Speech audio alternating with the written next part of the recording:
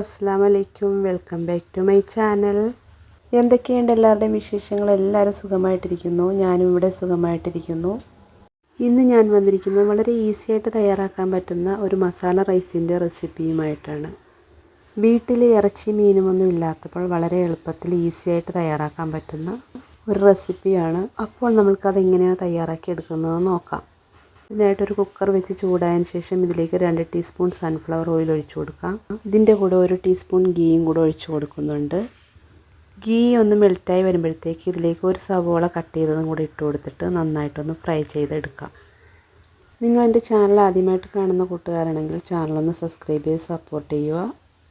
കൂടാതെ വീഡിയോ ഇഷ്ടപ്പെട്ടെങ്കിൽ ലൈക്ക് ചെയ്യാനും മറക്കരുത്. സവാള ഇപ്പോൾ ഒരു ഗോൾഡൻ ബ്രൗൺ കളറായി കിട്ടിയിട്ടുണ്ട്. ഇനി നമുക്കിത് ഇതിൽ നിന്ന് കോരി മാറ്റാം. ഇത് ഫ്രൈ ചെയ്ത് മാറ്റി വെച്ചതിന് ശേഷം ഇതിലേക്ക് കുറച്ച് കിസ്മിസും കൂടി ഇട്ട് ഫ്രൈ ചെയ്തെടുത്തിട്ടുണ്ട്. ക്യാഷ്നട്ട് ഉണ്ടെങ്കിൽ അതും കൂടെ ഫ്രൈ ചെയ്ത് മാറ്റി വെക്കാം. അതിനുശേഷം ഈ കുക്കറിൽ തന്നെ മീഡിയം സൈസിലുള്ള 2 സവോള കട്ട് ചെയ്തതും കൂടി ഇട്ടിട്ട് നന്നായിട്ടൊന്ന് വഴറ്റിയെടുക്കാം. ഇതിലേക്ക് സ്വല്പം ഉപ്പും കൂടെ ചേർത്ത് നന്നായിട്ടൊന്ന് വഴറ്റാം.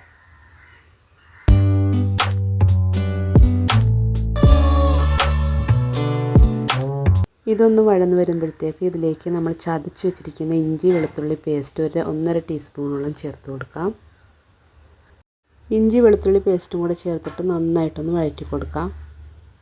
സവാളയൊക്കെ നന്നായിട്ടൊന്ന് വഴന്ന് വന്നാൽ ഇതിലേക്ക് വെജിറ്റബിൾ ചേർത്ത് കൊടുക്കാം.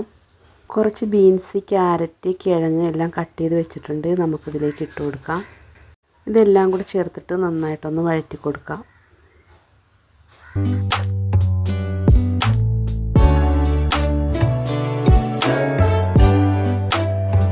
ഒരു 2-3 മിനിറ്റ് വഴറ്റിയതിന് ശേഷം ഇതിലേക്ക് പൊടികൾ ചേർത്ത് കൊടുക്കാം.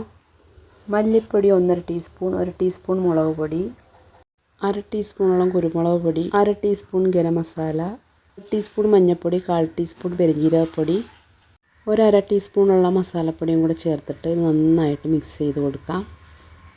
പൊടികളുടെ പച്ചമണം മാറുന്നവരെ നന്നായിട്ടൊന്ന് മിക്സ് ചെയ്തതിന് ശേഷം ഇതിലേക്ക് 2 തക്കാളി കട്ട് ചെയ്തതും കൂടെ ചേർത്ത് കൊടുക്കാം. തക്കാളിയും കൂടെ ചേർത്ത് നന്നായിട്ടൊന്ന് വഴറ്റി കൊടുക്കാം.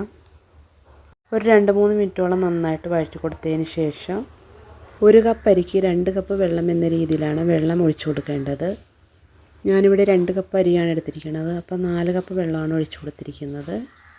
ഇനി ഇതിലേക്ക് ആവശ്യത്തിന് ഉപ്പും കൂടെ ചേർത്ത് കൊടുത്തിട്ട് നന്നായിട്ട് തിളച്ച് വരണം.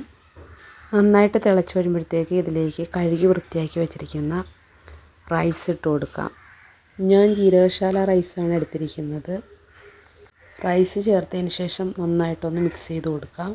ഈ സമയത്ത് നാരങ്ങാ നീരുണ്ടെങ്കിൽ ഇതിലേക്ക് ഒഴിച്ചു കൊടുക്കാം. പിന്നെ ഇതിലേക്ക് കുറച്ച് മല്ലിയില ചേർത്ത് കൊടുക്കാം. നമ്മൾ നേരത്തെ ഫ്രൈ ചെയ്ത് വെച്ചിരിക്കുന്ന സവോളയും കിസ്മിസും കൂടി ഇട്ട് കൊടുക്കാം.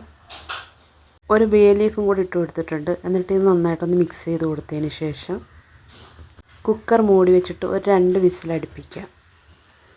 കറിക്കൊന്നും ഇല്ലാത്ത ദിവസങ്ങളിൽ വളരെ പെട്ടെന്ന് കുക്കറിൽ തയ്യാറാക്കിയെടുക്കാൻ പറ്റുന്ന ഒരു റൈസാണ്. 2 വിസിൽ അടിച്ചു കഴിഞ്ഞ് ഫ്ലെയിം ഓഫാക്കുക. അതിനുശേഷം ഇതിൻ്റെ പ്രഷറൊക്കെ പോയതിന് ശേഷം നമുക്ക് തുറക്കാം. അപ്പോൾ നമ്മുടെ മസാല റൈസ് ഇവിടെ റെഡിയായി. ഈ ചോറ് തണുക്കുമ്പോൾ ഒന്നും കൂടെ വിട്ടിരിക്കും. വളരെ പെട്ടെന്ന് തയ്യാറാക്കിയെടുക്കാൻ പറ്റുന്ന ഒരു മസാല ചോറാണ്. കുട്ടികൾക്കൊക്കെ ലഞ്ച് ബോക്സായിട്ട് കൊടുത്തുവിടാൻ പറ്റിയ നല്ലൊരു റെസിപ്പിയും കൂടിയാണ്. എല്ലാവരും ഒന്ന് ട്രൈ ചെയ്ത് നോക്കുക. ട്രൈ ചെയ്ത് നോക്കിയതിന് ശേഷം ഫീഡ്ബാക്ക് കമൻറ്റിലൂടെ അറിയിക്കാൻ മറക്കരുത്. അപ്പോൾ പുതിയൊരു വീഡിയോ ആയിട്ട് വീണ്ടും കാണാം. Thank you for watching.